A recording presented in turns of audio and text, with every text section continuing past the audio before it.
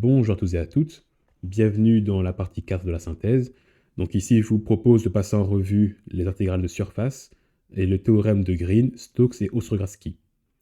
Alors, on commence ici avec l'intégration de surface. Donc pour rappel, ici, quand on veut intégrer, la première étape d'abord, c'est de paramétriser. Alors ce qui est particulier, c'est que quand on avait l'intégration curviligne,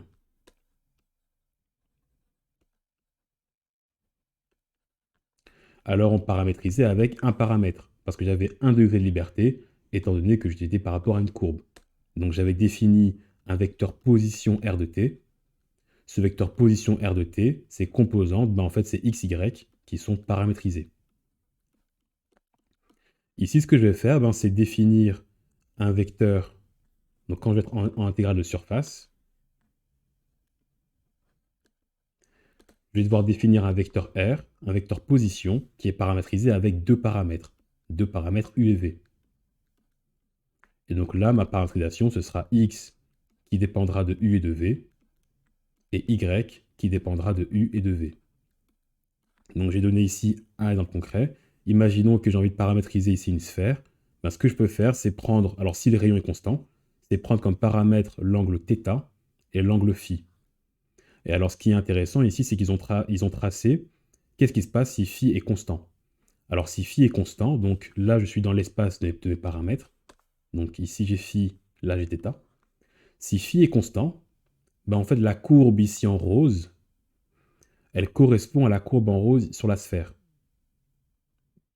Alors que si θ est constant, alors la courbe en vert, qui est là, en fait elle correspond à θ qui est constant comme ceci. Alors pour voir la définition de θ et de φ, je vous renvoie vers la vidéo concernant l'intégrale triple, donc passage en coordonnées sphériques. Donc pour rappel, θ, c'est l'angle qui partait de l'axe des x, et φ, c'est l'angle qui partait de l'axe des z. Et donc avec ces deux paramètres, je vais pouvoir du coup paramétriser. Alors disons que mon premier paramètre V,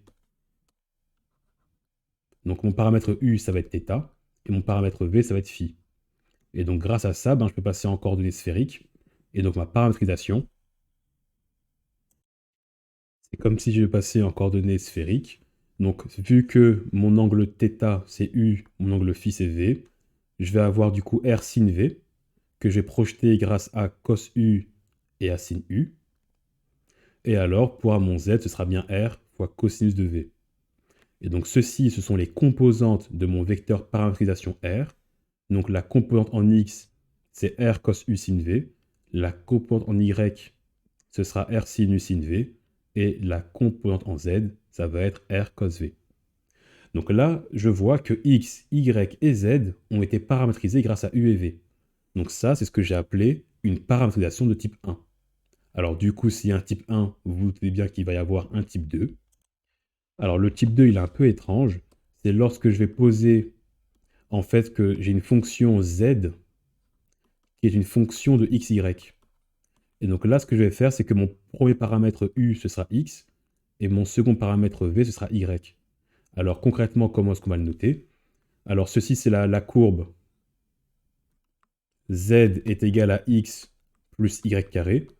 Je le vois parce que si je prends mes traces, que je prends x est égal à 0, j'obtiens la courbe z est égale à y carré, ce qui est une parabole dans le plan zy, et effectivement, dans le plan zy qui est au fond, j'ai bien une parabole. Si je prends y est égal à 0, j'obtiens la courbe z est égale à x. Ceci, c'est une droite dans le plan zx, effectivement. Et donc, qu'est-ce que j'ai? J'ai une espèce de feuille qui est tenue par les deux extrémités. Et bien, cette feuille-là, je connais la fonction z en fonction de x et de y. Donc, ma paramétrisation, ce sera un type 2. Je vais dire que x va rester lui-même, y va rester lui-même, et z sera du coup une fonction de x, y, dans mon cas, x plus y carré. Et donc là, mon vecteur position, il dépend de x, y. Donc x et y, c'est mon u et mon v en fait. Et donc là, je vais avoir le vecteur x fois i, y fois j, et ma fonction de x, y, donc à savoir x plus y carré fois k. Et ceci, du coup, c'est ma paramétrisation de type 2. Maintenant, en fonction du type de paramétrisation, on va avoir des formules différentes pour calculer l'intégrale de surface. Ici, petit rappel, parce que je vais avoir besoin de ces éléments-là pour définir l'intégrale de surface. Comment est-ce que je peux faire pour définir un vecteur normal à un plan? Donc imaginons que je calcule ici le plan tangent à une surface paramétrique. Donc pour calculer le plan tangent, il me faut un vecteur qui est normal à la surface.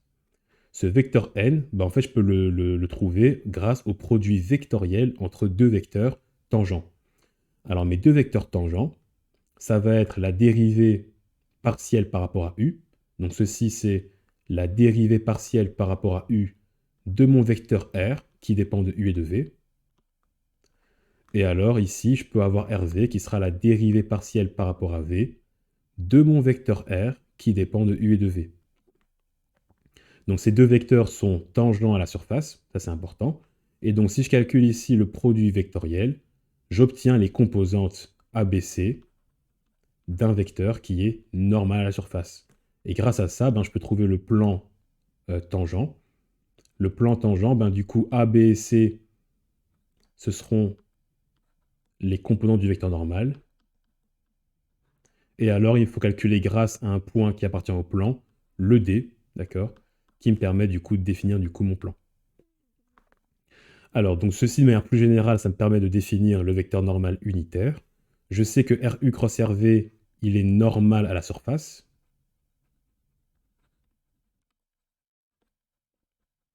Donc si je veux avoir le vecteur normal unitaire, qu'on va aussi noter un n en général, et donc ça c'est très pratique pour calculer ici des flux, par exemple, le vecteur 1n, c'est la normalisation du produit vectoriel. Donc je prends le produit vectoriel et je vais le diviser par sa norme.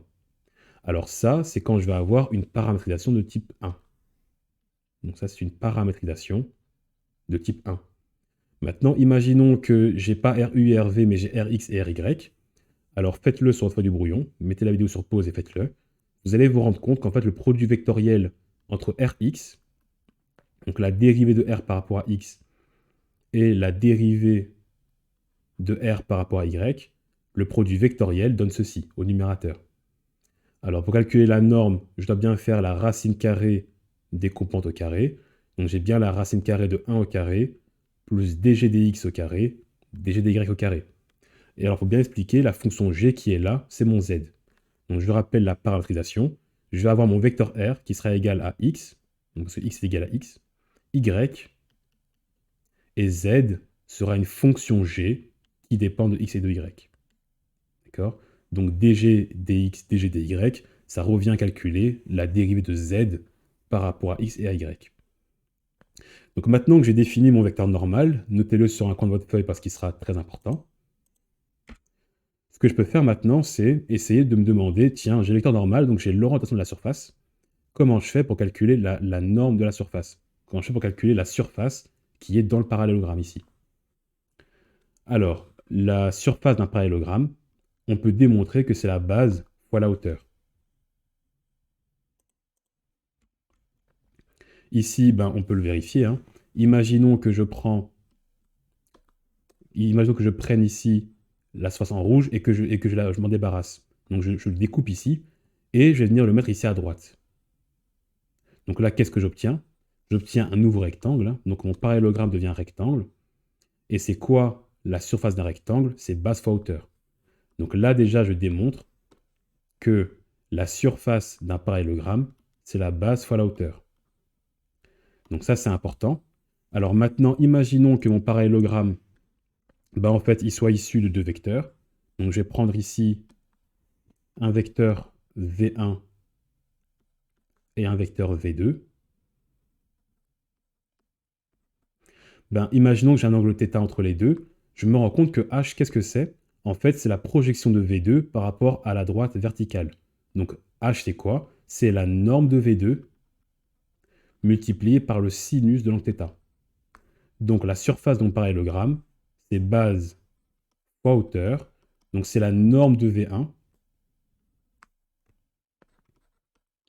multipliée par la norme de V2 multipliée par le sinus de l'angle θ qui est entre les deux. Et ça, qu'est-ce que c'est? En fait, par définition, c'est la norme du produit vectoriel entre V1 et V2. Donc attention, j'ai bien dit la norme. Donc ça veut dire que ma surface, bah en fait, pour calculer la surface d'un petit bout de carrelage ici, ce que je vais pouvoir faire, c'est prendre deux vecteurs qui sont tangents à la surface. Donc mes vecteurs tangents, bien évidemment, ce sera RU et RV. Donc la dérivée partielle par rapport à U, elle est tangente. La dérivée partielle par rapport à V, elle est aussi tangente. Et je vais calculer du coup le produit vectoriel pris en norme. Ça va me donner du coup la surface du parallélogramme défini par mes deux vecteurs. Donc voilà, donc je sais que mon élément ds, c'est le produit vectoriel entre RU et RV fois dA. Et donc, tout comme pour l'intégrale curviligne, ben, j'obtiens l'intégrale ici de surface. Alors, comme pour l'intégration curviligne, je vais commencer par paramétriser ma fonction en injectant le vecteur de paramétrisation. Ce vecteur RUV, je rappelle encore une fois, c'est un vecteur position. Donc, pour l'intégrale curviligne, on avait R de t, d'accord, qu'on mettait dans F. Donc, on avait F de R de t. Maintenant, mon RUV, ça va être du coup mon vecteur X, Y et Z qui vont être paramétrisés. Donc j'injecte la paramétrisation dans la fonction et je multiplie par la norme du produit vectoriel. Ceci, ça va être la surface approchée d'un bout de carrelage, hein, fois dA. D'accord? Donc au cours, je l'ai démontré beaucoup plus rigoureuse, mais là, en gros, c'est un moyen rapide de tomber sur la formule. Et là, attention que là, je passe sur une intégrale une intégrale double normale, entre guillemets. Attention que là, c'est l'intégrale sur S, et S, c'est le bout de carrelage qui est ici en 3D. Donc là, il faut imaginer un bout de carrelage qui est courbe. Là, je retombe sur l'intégrale de dA, et dA, en fait, c'est un bout de carrelage dans l'univers de ma paramétrisation. Donc là, c'est une intégrale double classique qu'on peut calculer par itération. Imaginons à présent que je vais appliquer la même formule, mais pour une paramétrisation de type 2. Donc pour rappel, ma paramétrisation, c'était x reste lui-même, y reste lui-même, et z est une fonction de xy. Et bien si je m'amuse à calculer la dérivée partielle par rapport à x, ben du coup je vais obtenir 1, 0 et la dérivée partielle de g par rapport à x. Donc ça c'est mon vecteur Rx qui est écrit ici en haut. Mon vecteur Ry, ce sera 0, 1, dérivée partielle par rapport à y. Et maintenant, si je fais une matrice pour calculer mon produit vectoriel, comme je l'ai démontré, comme j'avais évoqué plus haut, j'obtiens ceci. Donc ceci, c'est l'équivalent de mon RU cross RV. Alors maintenant, qu'est-ce que je dois prendre? Je ne dois pas prendre le produit vectoriel, mais bien sa norme. Donc si je prends la norme du produit vectoriel, je tombe sur ceci. Et donc, mon RU cross RV, quand je vais le remplacer par une paramétrisation de type 2, ça va me donner du coup ceci. Et donc ça, c'est quoi? C'est l'intégrale de surface d'une fonction paramétrisée avec un type 2.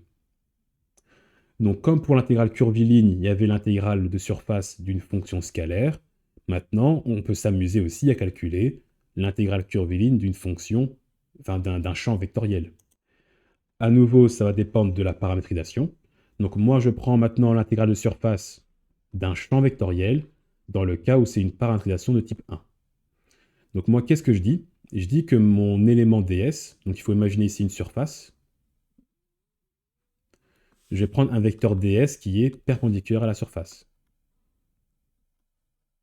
Ce ds, qu'est-ce que c'est? Ben, en fait, il y a deux composantes, hein. Il va y avoir une direction et il va y avoir une norme.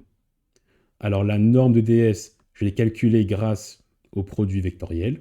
Donc je sais que la norme, c'est la norme de RU cross RV. Et la direction, c'est le vecteur normal unitaire, le vecteur 1n. Alors ce vecteur normal unitaire, je vais le dessiner ici. Donc le vecteur 1n est ici. Si je le multiplie avec la norme de ds, j'obtiens bien le vecteur ds en vecteur. Alors comment est-ce que je peux faire pour calculer mon vecteur 1n? Ben, en fait, on l'avait déjà fait précédemment. Il suffisait de prendre le produit vectoriel entre RU et RV et de le normaliser. D'accord? Donc attention que j'avais bien deux cas particuliers, quand je paramétrisais avec U et V et quand je restais en paramétrisation avec X, Y. Donc ceci, c'est l'expression de mon vecteur normal. C'est pour ça que je l'ai défini plus haut parce que maintenant, je vais en avoir besoin. Mon vecteur normal unitaire, du coup, c'est bien le produit vectoriel sur sa norme. Et l'élément ds, donc l'élément ds, je sais que c'est le produit vectoriel, donc la norme du produit vectoriel, fois dA. Et là, ça tombe bien parce que je me rends compte que la norme du produit vectoriel va se simplifier. Et là, je tombe sur la formule générale pour calculer l'intégrale de surface d'un champ vectoriel. C'est f. Attention que le f, il est paramétrisé, hein, donc c'est f dans lequel j'ai paramétrisé avec u et v, en produit scalaire. Donc si c'est un produit mixte, hein, avec le produit vectoriel de RU et de RV. D'accord, le tout fois dA. Donc je rappelle que l'intégrale de surface, elle est sur S. S, c'est un bout de surface qui va être du coup, attention, en 3D ici. Hein. Et alors l'élément DA se trouve dans le plan XY. Donc je retombe sur une intégrale double classique, entre guillemets. Donc à nouveau, je peux le faire par itération. Il me reste donc du coup une dernière formule à voir. Qu'est-ce qui se passe si je veux paramétriser, non pas avec un type 1, mais que je veux le faire avec un type 2? Il suffit de calculer le produit scalaire entre mon f. Alors mon f, pour rappel, la notation générale, c'est PQR. Je vais faire ça en produit scalaire avec mon Rx cross Ry. Donc la dérivée partielle par rapport à x en produit vectoriel avec la dérivée partielle par rapport à y. Et donc si je le fais, donc il suffit juste de distribuer, je tombe sur la quatrième formule. Donc ceci, c'est l'intégrale de surface d'un champ vectoriel, ce qu'on appelle aussi une intégrale de flux, quand ma fonction est paramétrisée avec x reste lui-même, y reste lui-même, et z est une fonction g qui dépend de x et de y.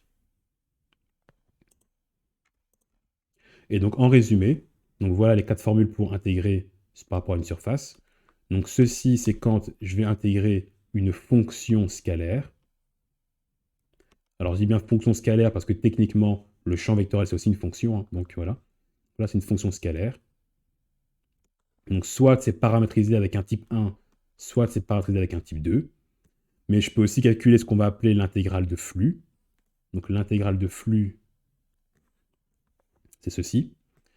Et l'intégrale de flux, je peux la soit calculer quand c'est une paramétrisation de type 1, soit quand c'est une paramétrisation de type 2. Donc pour l'intégrale de surface, je vais avoir 4 formules différentes. Tout dépend du contexte. Donc ça, c'est quand je calcule l'intégrale d'un champ vectoriel. Je finis ensuite avec les 3 théorèmes les plus importants du cours. Alors premièrement, on a le théorème de Green. Le théorème de Green, c'est un théorème hyper puissant qui me dit que l'intégrale curviligne de f dr, parce que là, ce que je vois en fait, si vous vous rappelez de l'intégrale curviligne, on avait dit que l'intégrale de f dr, je vous renvoie à la vidéo précédente, c'était l'intégrale de p dx plus q dy. Donc là, qu'est-ce que j'ai? En fait, j'ai l'intégrale de f dr sur une boucle fermée. Et bien l'intégrale de f dr, on dit que c'est l'intégrale double de dq dx moins dp dy. Donc en fait, je peux transformer l'intégrale curviligne en une intégrale double. Ou inversement, je peux transformer l'intégrale double en intégrale curviligne. Le théorème de Green, il va avoir deux formes vectorielles qui sont importantes. Donc ça, c'est la première forme vectorielle du théorème de Green. Ça, c'est la seconde. Alors ce qui est intéressant maintenant, c'est un petit peu de les interpréter. L'intégrale de f dr, qu'est-ce que c'est? Je sais que dr, c'est le vecteur tangent unitaire multiplié par l'élément ds. Alors attention à ne pas se faire avoir. ds ici, ce n'est pas le produit vectoriel, hein, ce n'est pas un élément de surface. L'élément ds, c'est un petit bout de courbe. Cet élément ds, on l'avait calculé grâce à Pythagore, si vous vous souvenez bien. Donc on avait dx sur dt au carré, plus dy sur dt au carré. Le tout fois dt. Donc ça, c'était mon élément ds. Et là, qu'est-ce que je vois? En fait, je calcule le produit scalaire entre f et le vecteur tangent.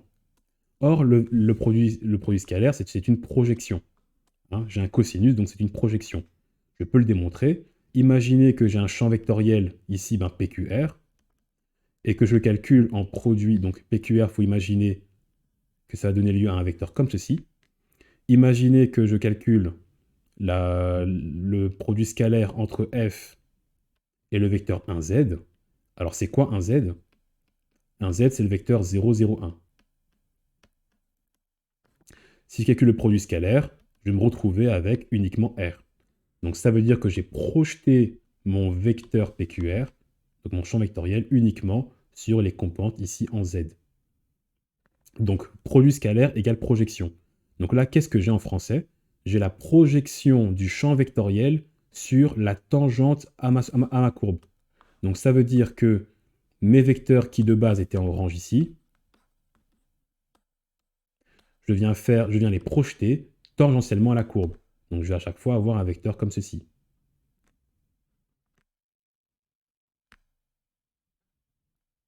Hop. Et donc, si je me limite maintenant uniquement à mes vecteurs rouges, qu'est-ce que j'ai? Donc j'enlève mes vecteurs orange et je me limite uniquement au vecteur rouge. Parce que c'est ça le produit scalaire entre f et dr. Ben, je vois que je calcule en fait une circulation.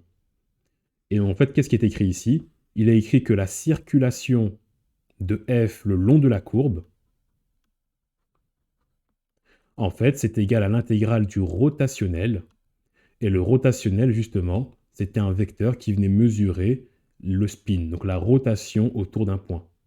Et donc, effectivement, je vois que la circulation de mes vecteurs rouges le long de la courbe, ça va me donner du coup une rotation autour d'un point.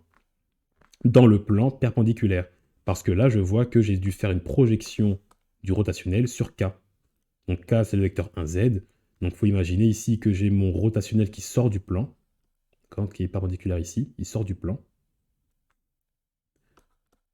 Et donc mon rotationnel autour de l'axe de Z, c'est bien la circulation dans le plan XY. Donc ça, c'était pour le premier théorème de Green. Alors maintenant, je vais faire la même chose avec le second théorème de Green, donc la seconde forme vectorielle, pardon. Cette fois-ci, ce que je vais faire, c'est que je vais projeter mes vecteurs f sur la normale. Donc mes vecteurs en rouge vont devenir des vecteurs qui vont ressembler à ceci. Et donc là, qu'est-ce que je vois? Je vois que ce que je mesure, en fait, c'est la tendance de mon fluide, par exemple, à s'échapper de la surface, perpendiculairement. Donc là, en fait, je calcule ici un flux, je calcule un débit. Et donc, en fait, le flux, le débit de f à travers S, c'est quoi? C'est la divergence. Et la divergence, justement, c'est quoi? C'est un vecteur qui vient mesurer la tendance de mon fluide à s'échapper d'un point. Donc je vois bien que la circulation est liée au rotationnel et le flux est lié à la divergence.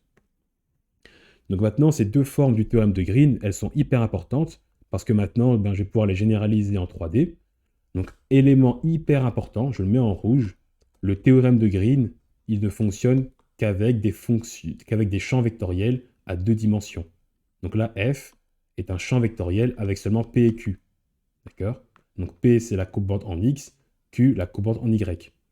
Ce qu'on peut s'amuser à faire maintenant, c'est voir qu'est-ce qui se passe si je prends la première forme du théorème de Green et entre guillemets que je la généralise. Ben là, je tombe sur le théorème de Stokes. Le théorème de Stokes, ici, je voulais décortiquer. L'intégrale de f dr, c'est en fait l'intégrale où je vais avoir la projection de f sur t. Donc je calcule ici une circulation.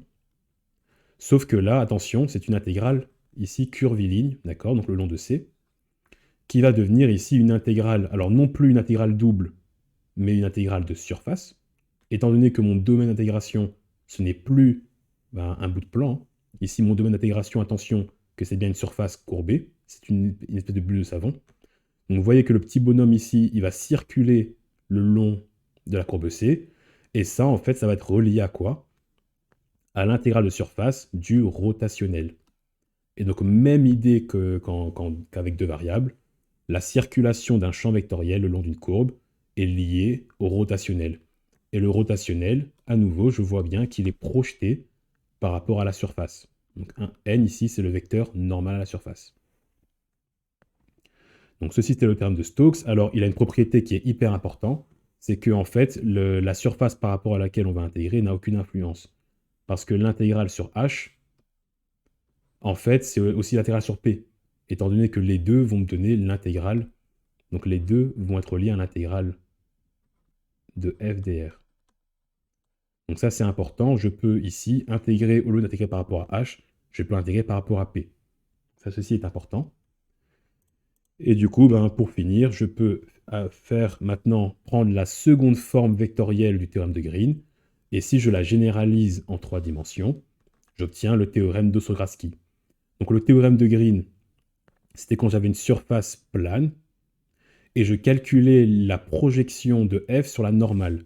Donc je venais calculer la projection de f sur la normale à la surface, et ceci, je disais que c'était relié à la divergence. Et j'avais bien une intégrale double, étant donné que j'étais ici avec deux variables.